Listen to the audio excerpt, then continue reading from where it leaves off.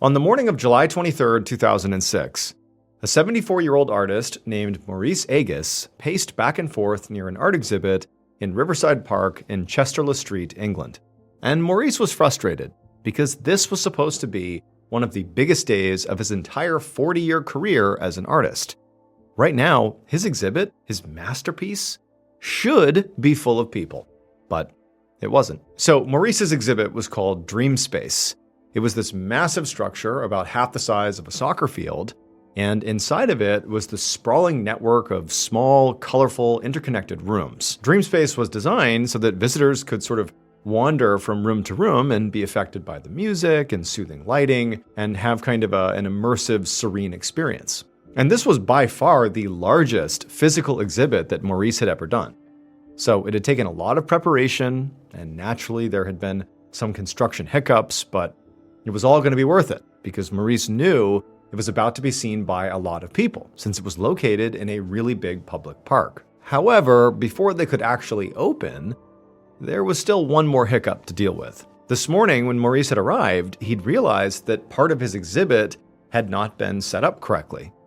So he and his staff had spent the last few hours rushing around to fix everything and add some finishing touches to the exterior. And Maurice knew they really needed to hurry here, because making these changes had already taken up way too much time, and they were already late in opening the exhibit. Maurice could see that there were guests who had already purchased tickets who were lining up at the entrance to get into Dreamspace, and they looked confused and sort of annoyed about why they weren't inside already. And so naturally, Maurice was afraid that if he didn't wrap this up soon and start letting people in, these people would just start leaving, which meant they would not get to see how amazing his masterpiece was, and that would be just devastating. So at this point, Maurice just stepped back and he looked at what he and his staff had done so far in terms of fixes. And he decided that, things were looking good enough. They'd addressed the major issues that he had had, and even though Maurice was ultimately a perfectionist and would have liked to do even more additions, just getting Dreamspace open at this point was way more important. So Maurice told his staff to stop what they were doing and go to the entrance and start letting the visitors in.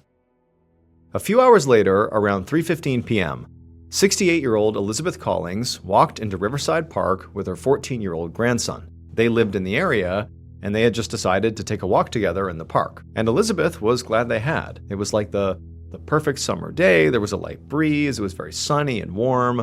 And so with the wind rustling her hair and her grandson happily walking beside her, she felt very at peace. But just then, her grandson stopped and sort of broke her peace by telling her to, "Hey, look at this." And Elizabeth turned and looked, where her grandson was pointing. And she saw on the other side of the park, there was this sprawling, colorful structure with a huge line of people out front and soothing music coming from its open doors. And Elizabeth thought, whatever that is, it looked really intriguing and not like anything she had ever seen before. So she was just excited as her grandson to go check it out. And so she said, "Let's go."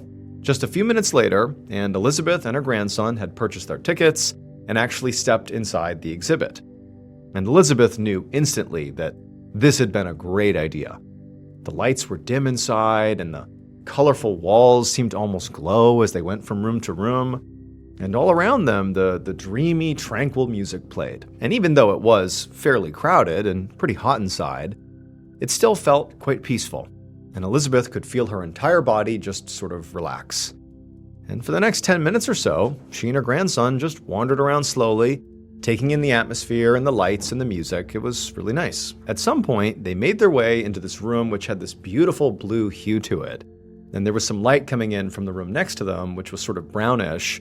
And when the color of the room they were in and this brownish light combined, it sort of had this effect of making the room feel almost green, and then mixed with the music, it was just this really cool experience. And both Elizabeth and her grandson were just sort of transfixed, sort of taking in this really cool exhibit. But as they were taking this in, all of a sudden, there was this deafening snapping sound. And the moment that snapping sound happened, Elizabeth suddenly felt dizzy and disoriented, and as she stared at all the colors around her, the room seemed to almost tilt, and she found herself stumbling a few steps, like the room was moving and she was losing her balance.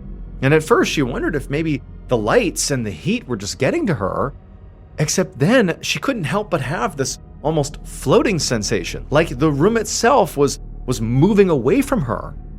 And then she realized her feet were no longer touching the floor.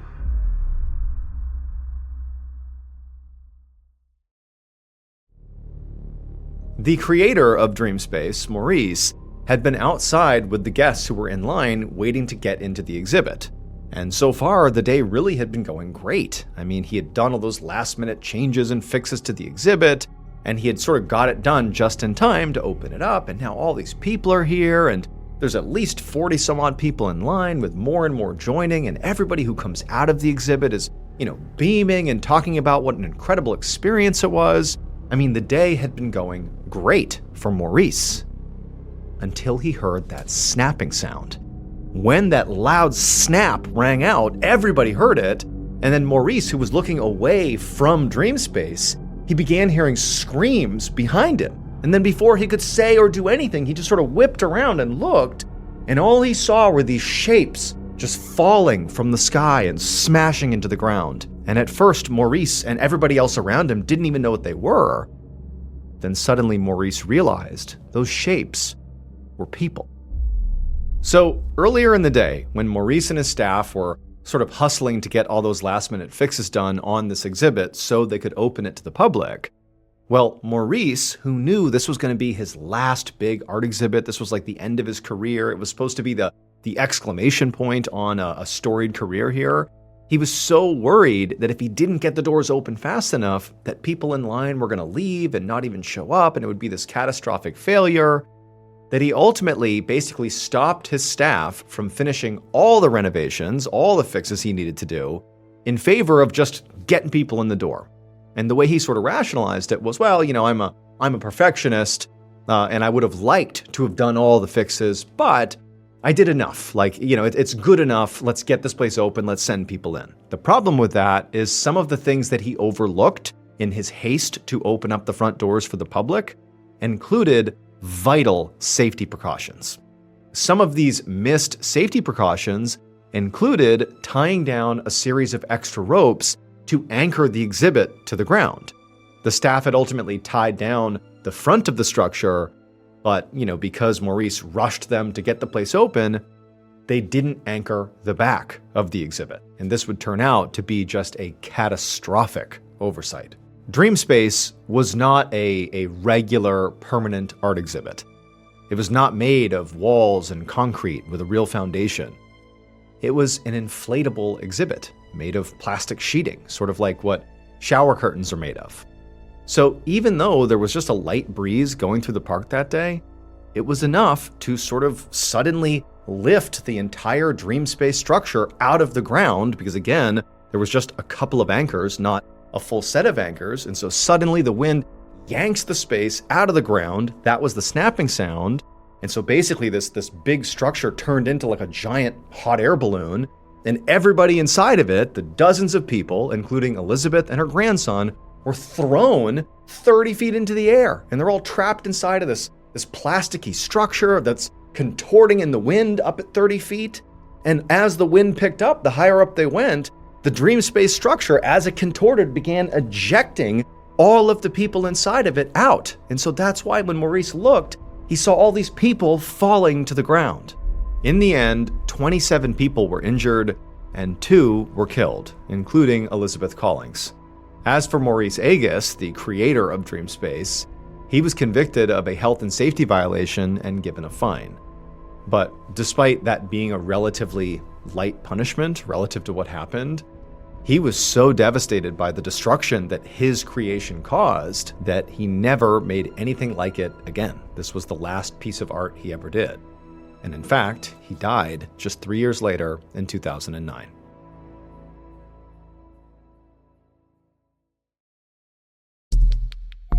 Our second and final story today is called Early Riser.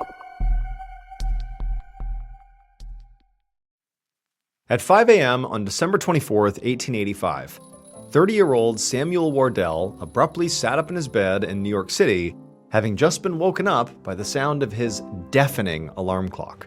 And just like every other morning, Samuel immediately got up out of his bed and he trudged across the floor of his one-bedroom apartment to the shelf where his alarm clock was, and he reset it. Now, the placing of this alarm clock was very intentional. Samuel was a very, very heavy sleeper. And so by putting the clock all the way over there, it forced him to get out of bed, walk all the way across the room to reset it, and then ideally, he just wouldn't go back to bed. And for the most part, he wouldn't. Now, it can't be overstated just how heavy a sleeper Samuel actually was. In fact, he'd actually taken another step to make sure that he really could not sleep through his alarm. He'd made some additional alterations to the alarm clock that made it way louder. Now, this did seem sort of like overkill to most people who knew about it, but it was hard to argue with the results. Samuel had not been late to work in years, and that was really important because Samuel had a very early morning job that he didn't want to lose. He was a city lamplighter. In 1885, large parts of New York City still relied on gas-burning streetlights when it got dark outside. So the way it worked is there was a night shift lamplighter, not Samuel, this is somebody else, who would go around the city and light those lights at dusk. And then in the early morning hours, the morning lamplighter, Samuel, would go put them out again. And so that's why he had to get up early to go put out the lamps. And even though Samuel really didn't like getting up this early, the reality is he did need the job. And also, too, he had sort of grown fond of the job. He had a lot of fun doing it. Over the years, he'd become very friendly with basically everybody on his local route, and so he didn't mind it. You know, getting up was painful, but it was worth it. Samuel actually had become so close with the people on his route that night he was going to be throwing this big Christmas party for all these people. It was like all his friends from his job were going to come over and celebrate with him, and he was really excited about it. But that was not going to be until much later that night. You know, for now, he just needed to reset his alarm clock, get dressed, and go out and put out those lamps.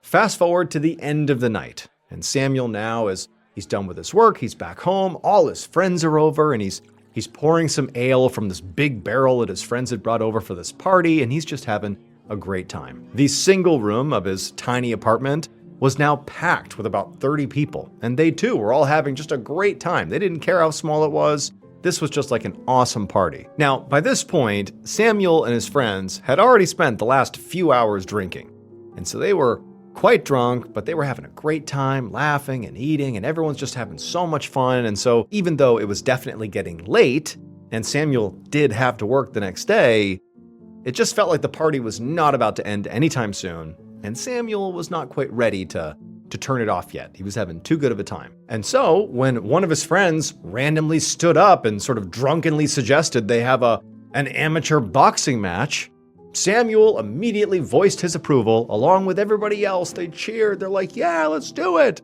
And so Samuel and the other party guests, they cleared the furniture out from, the single room, to set up the boxing ring. And then Samuel and the others all stood back and cheered while two of their friends began, fighting each other in the middle of the apartment. It was like this totally crazy, booze-fueled just madness happening inside of this place. And Samuel was having the time of his life, not thinking remotely about how absolutely miserable it was going to be waking up in now just a few hours when his alarm went off at 5 a.m. He was just doing his best not to think about it. Enjoy the party, that's it. And so for a while, the madness continued until eventually people did get really tired and began leaving, and before long, it was just Samuel standing in his now totally destroyed apartment from this party. And so at this point, Samuel, he looked at his clock and he saw he had, barely 2 hours before he would have to get up for work, and he's thinking, oh my gosh, this is going to be so awful. I'm going to feel so miserable. But it was totally worth it. What a great party. And so very drunkenly, Samuel kind of stumbled his way over to his bed. He just fell right down on top of it, and he fell asleep. And sure enough, just about 2 hours later at 5 a.m. sharp, his alarm went off.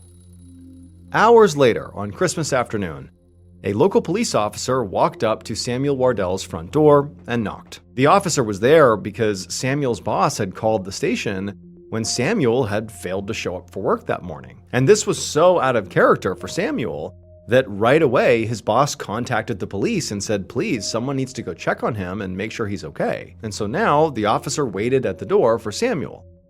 But when no one answered, he tried the door handle. and he found it was locked, but this was a very rickety, tiny home, and the officer could tell it would not take much to basically kick the door in. And so after calling out for Samuel a few more times and knocking, pretty loud and still not getting a response, the officer just stepped back and then kicked the door and blasted it open. And so the officer stepped inside the home and immediately saw Samuel. And when he did, he understood why he had missed work. It would turn out when Samuel went to bed after his big party, he forgot to move his bed back into the position that it normally was in. He had moved the furniture around for that boxing match and just didn't put it back. And so instead, he wound up going to sleep with his bed all the way across the room, under the shelf where he kept his alarm clock. And this was like the worst place for Samuel to fall asleep. Because, he had set his alarm to go off at 5 a.m. the following morning, just like he did every day. But his alarm clock was not a normal alarm clock. Samuel had intentionally altered his alarm clock to be way louder than a standard alarm clock. But the way he had done that was fairly unique.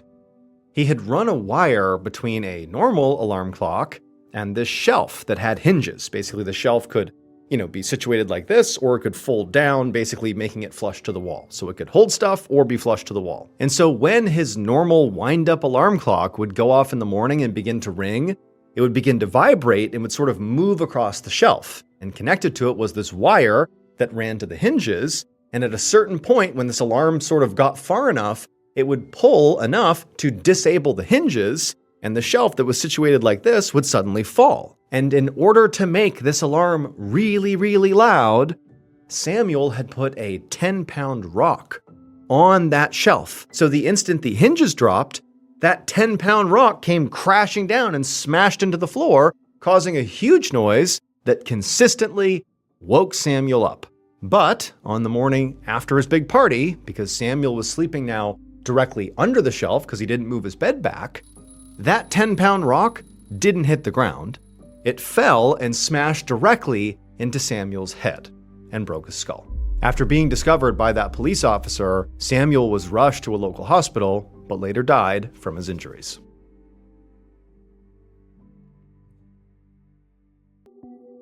One afternoon in 2009, a 38-year-old man was sitting inside of a manga cafe in Seoul, South Korea.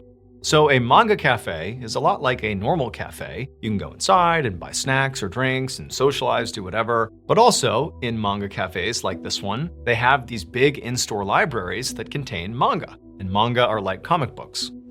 Now, this man did not have a lot of money. And so when he went inside of this cafe, he didn't buy any drinks or food. He just went up to the in-store library, grabbed an edition of his favorite manga series, and just sat down and began to read. Now, this man had read this particular series multiple times. He just kept coming back to it because he thought it was like the best manga you could possibly read. Now, a lot of people actually didn't know what to make of this particular series. It was actually kind of controversial because it was so over-the-top violent, like well beyond any other series. But to this man, that sort of made it stand out. It made it sort of special, and he loved it. In fact, it was so crazy, this series, that every time he read it, it allowed him to sort of leave his life for a second and just totally escape into this wild, violent story.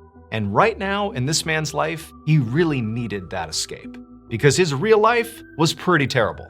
He had spent practically his whole life studying and working to try to become a professional writer and director.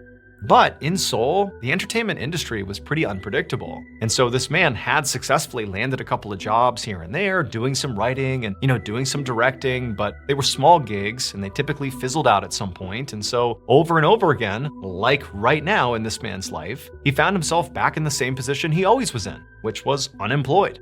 At the moment, this man lived with his mother and his grandmother. But even though all three of them were pooling their resources, they still struggled to just pay for rent. In fact, recently, the man had to sell his laptop, the thing he used for all of his writing. It was like how he was gonna eventually crack a career in entertainment for real. He had to sell that just so that they wouldn't get evicted. And if that wasn't bad enough, the man had also begun taking out all these short-term loans with high interest rates just to pay for basic needs. Forget rent, like just food and basic necessities he was taking out loans for, but he had no way to pay them back. And so the debt was just piling up nonstop. And so for this man, the stress was like unbearable. And the only way he could find to even begin to cope with it was to escape into his manga books. And even though he knew that didn't solve his problems, he didn't care. It was like, life is so bad, at least briefly, I can read manga and escape. And so that's what he was doing today. And so he took his favorite manga booth, he sat back inside of the booth, and just allowed himself to get sucked into the story for the 20th time. He's read this thing multiple times. And so as he was reading this manga book, he suddenly has this epiphany. Now, this man all the time came up with various story ideas that maybe he could write and would be the next big thing for him. But for some reason, it was like, wait a minute, what if I write a story that's sort of, loosely based or at least inspired by my favorite piece of writing, this manga series? Like, wait a minute, I think I have a really good idea that sort of transcends any other idea I've ever had. And the more he thought about it, the more he realized there were other elements of his life that he could sort of attach to this story that's sort of beginning with this concept that came from this manga series.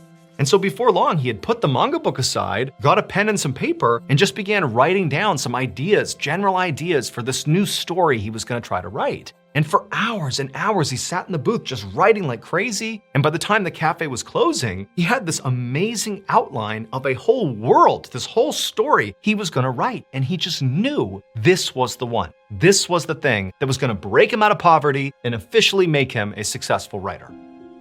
Several months later, this man had transformed that amazing outline into a fully realized project, and then he went out to try to sell it. And he's thinking, everybody's gonna want this thing. This is like an iconic, unique piece of IP. People are gonna be clamoring to buy this. But what he found very quickly is every buyer he went to hated it. They told him, this is simply too weird and way too violent. Like, this is well beyond what's reasonable. This is not something anybody's gonna want. Like, you will not have an audience for this. And the man was sort of crushed because to him, it was so clear. This is an amazing idea. This story is so good. People that have experienced real poverty, who understand the lengths that people will go to make money when they are desperate, they'll relate to this. Like, there's a huge audience for this. But the buyers, they didn't see it that way. And so for the next 10 years, this guy kept trying to sell this story. I mean, he really genuinely believed in it. And he figured someone's gonna take a chance on this. They have to. It's too good. But for 10 years, everybody just kept saying, no, it's not good enough. No one wants this. But then, sort of out of left field, 10 years later, a major production studio actually said, you know what? This looks pretty good. We will buy it. This man's story was converted into a TV show, and it premiered in 2021. 12 years after the man originally conceptualized of the story inside of that manga cafe. And when this TV show aired, it was basically a global phenomenon overnight. It became the most talked about show anywhere in every corner of the internet pretty much immediately. It also made the production company that bought this story $900 million. And the man who actually wrote this story, he also got paid very well, and he won an Emmy. The manga series that this man read that sort of inspired all of this to happen was called Battle Royale. And in this series, these students are forced to fight to the death by a fascist government. And so what this man did is he combined that concept, fighting to the death, with something that he himself was dealing with in his own life, which was poverty. And he knew firsthand, the lengths he was willing to go just to make a little bit of money to make ends meet. And he knew other people who, were dealing with poverty were also sort of desperate. And they would go to great lengths just to make ends meet. And he said, okay, let's marry those two concepts. Poor people who were fighting to the death for money. The writer's name was Hwang Dong-hyuk, and the name of this TV series was Squid Game.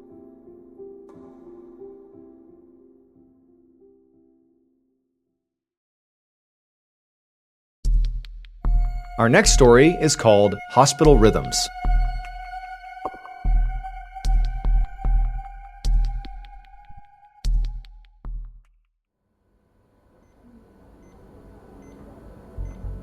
In September of 1954, a 14-year-old boy named Rich shuffled his way down the hallway of a children's hospital in England. He coughed and wheezed as he slowly walked down the hall next to other sick kids as they made their way towards the hospital's classroom. Now, Rich didn't know what kind of lesson he and the other kids were going to get today, but frankly, he didn't care. Anything was better than just sitting in his hospital room, bored out of his mind. So Rich was in the hospital because he was suffering from tuberculosis, which is an infectious lung disease. And over the past 10 weeks, he'd been bouncing around to different hospitals, and in fact, his condition was still so bad that this hospital had informed his parents that Rich might need to stay in the hospital for another 2 years. And as awful as this sounded to Rich, this actually was not the first time something like this had happened to him. When he was 6 years old, his appendix burst, and then he contracted an infection that left him in a coma for several weeks. And then when he came out of the coma, he had to recover in a hospital for nearly a year. And all this time in hospitals had really impacted Rich's life, in particular in terms of how far behind he had fallen in school. And because his family was not a well-off family, they couldn't afford to hire a tutor to kind of keep Rich up to speed. And so basically at this point, Rich's education consisted of, whatever random classes these hospitals he was staying in sporadically had. Whenever they hired a teacher to come in and teach basket weaving or, shop class, whatever was available, that was his education. So that day, when Rich walked into the hospital classroom, he did not have high expectations about what he would be taught that day. He figured it was just going to be some random class that he would sit through that at least was keeping him out of his hospital bedroom. But the instant he saw the teacher for the day and saw what was surrounding the teacher, he was really excited. Because all around the teacher were musical instruments. And Rich, as a kid, had always dreamed of playing the drum. He had seen one day in a Windows shop a drum set and he had wanted it so badly, but his family didn't have the money to pay for it, so he had never had a chance to do it. But now it seemed like Rich was finally going to get his chance. And so when the teacher began handing out the instruments to the kids, Rich demanded that he get the drum set. He would not play anything else. And the teacher was like, okay. And so he was given the drum. And then that day, the teacher led the class, through a couple of basic songs, and Rich played the drum, and he and everybody else were objectively terrible, like the music was awful. But by the end of the class, Rich was totally revitalized here. I mean, he hadn't discovered some special new talent for playing the drums, but he had discovered that he had this amazing passion for playing the drum. It was like all he wanted to do now. And he figured that because he was going to be stuck in the hospital for the foreseeable future, he would just spend all of his time on practicing playing the drum. So the following day, Rich went into a closet in the hospital and he found these long sticks that were normally used for knitting, and they became his drumsticks. And for the next year and a half, Rich basically banged these makeshift drumsticks on anything he could to practice. And then also every few weeks, when the music teacher came back to the hospital, Rich would go to those classes and he would try to learn as much as he possibly could from the teacher. And that was basically his whole life, was those classes and banging on everything he could. Finally, in 1955, when Rich was 16 years old, he was released from the hospital. He was finally cured from tuberculosis. However, despite having his health back, it isn't like his life suddenly got a whole lot easier. It isn't like, he left the hospital and magically became this amazing drummer and that was his life. Instead, his family was really struggling financially, and so Rich couldn't go back to school. He basically had to get a job in a factory and work full-time just to help support his family. And for Rich, he felt like that was the right thing to do. He didn't resent his family. This is what his life was. And what he did is he found joy, while he was working in grabbing makeshift drumsticks and just banging on stuff any chance he could. And he figured that that would be his life. He would just work and, find joy in drumming whenever he could. But Rich's outlook on life changed dramatically on Christmas of 1956, so a year after he'd left the hospital. Because on that Christmas, Rich's stepfather had secretly saved up all this extra money by working all these extra shifts and doing whatever he could to finally buy Rich his own drum set. To this point, Rich had not been able to have his own drum set. Everything was makeshift. And so that Christmas, he gets this drum kit, and Rich is like, this is the best gift I've ever been given. And he began practicing even more. And pretty quickly, he began playing with local bands every time he had time off. And before long, he became known as like a guy in town who was like one of the best drummers. And then shortly after that, right as Rich is kind of hitting his stride being this kind of local celebrity, this local very popular band fired their drummer. And so it made perfect sense that they approached Rich and said, hey, will you join our band? And Rich said, let's do it. By this point, Rich had become known by his stage name, Ringo Starr, and that band that recruited him was the Beatles.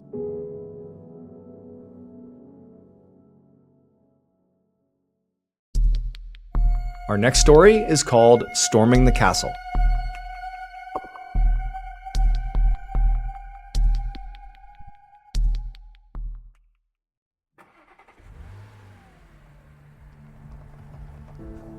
One afternoon in the early 2000s, a young woman named Rose drove up to this huge mansion in the Hollywood Hills in California. She came to a stop outside the fence, and she just sat there for a minute feeling very nervous because what she was about to do was highly illegal.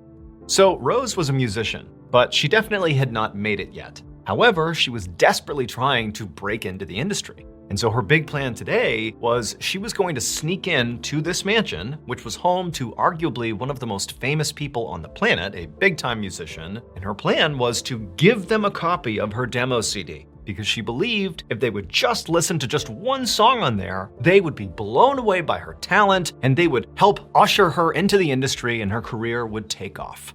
Now, obviously she knew this could go horribly wrong, and the owner of this home could just as easily call the police and have her thrown in jail, but to her, it felt like the risk was worth it.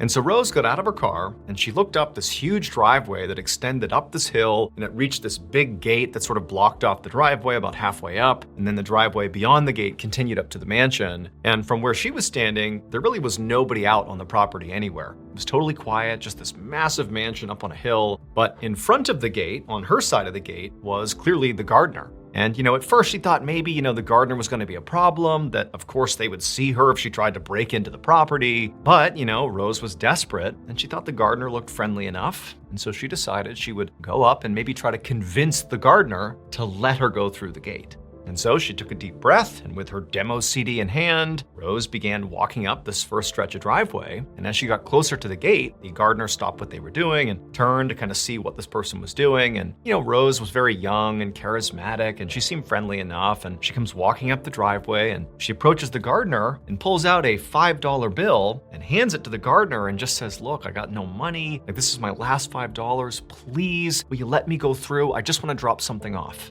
And so the gardener takes the $5 and just smiles at Rose and says, "Okay, go ahead."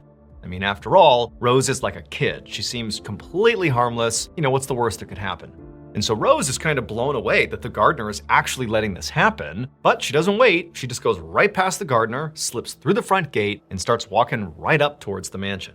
And as Rose is walking up this driveway towards the front door of this gargantuan piece of property, she's looking around at the beautiful landscaping and just how valuable and beautiful everything looked. And she's seeing all these cameras pointing in every direction. And she's just waiting for any minute, security guards to come running out here and tackle her to the ground. But nothing happened. She walked right up to this huge, beautiful front door. And again, no one's come to meet her. And so she just knocks on the front door, but nobody comes to the door. So she's thinking, what do I do? I've come this far. I really want to hand this demo CD off. And so almost like without even thinking, she just reached down and tried the doorknob, thinking, of course it's going to be locked. But no, it was open.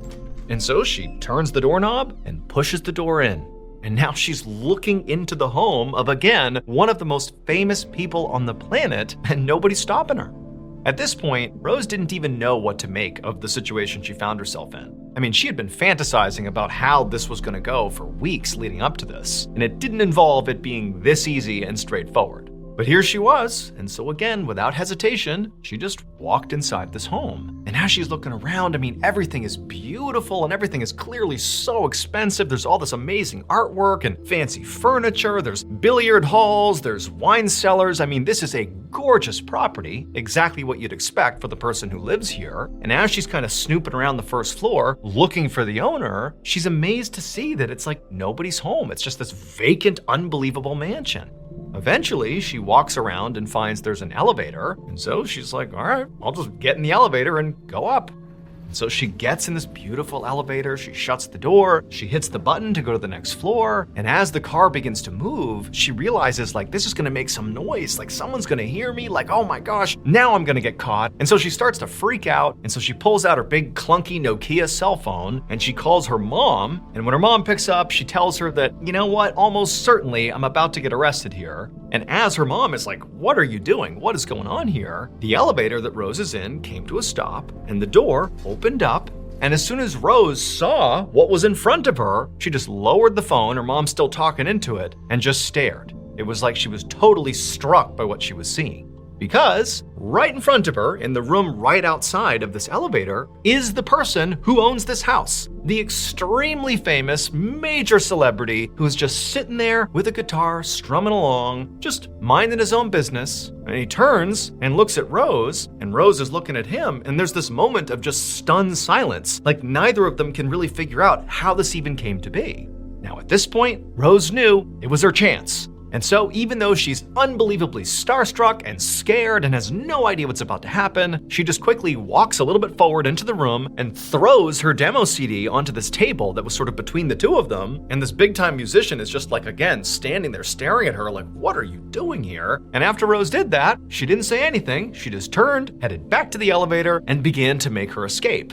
But by the time she made it back to the front door, this big-time musician's security team did catch up to her and they stopped her. However, they did decide not to call the police. And so Rose was very lucky that she escaped without a criminal record, which is sort of incredible when you consider the home she actually broke into.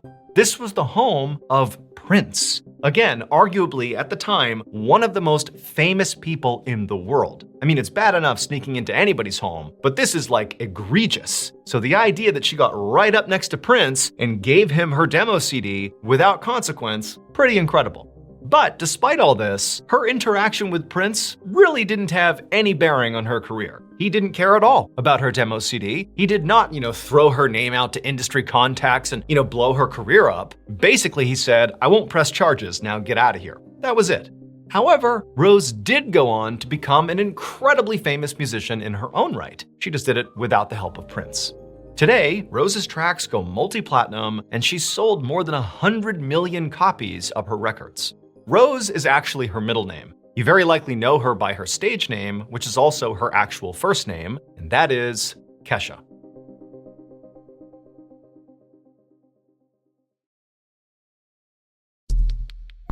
The next and final story of today's episode is called Imposter Syndrome.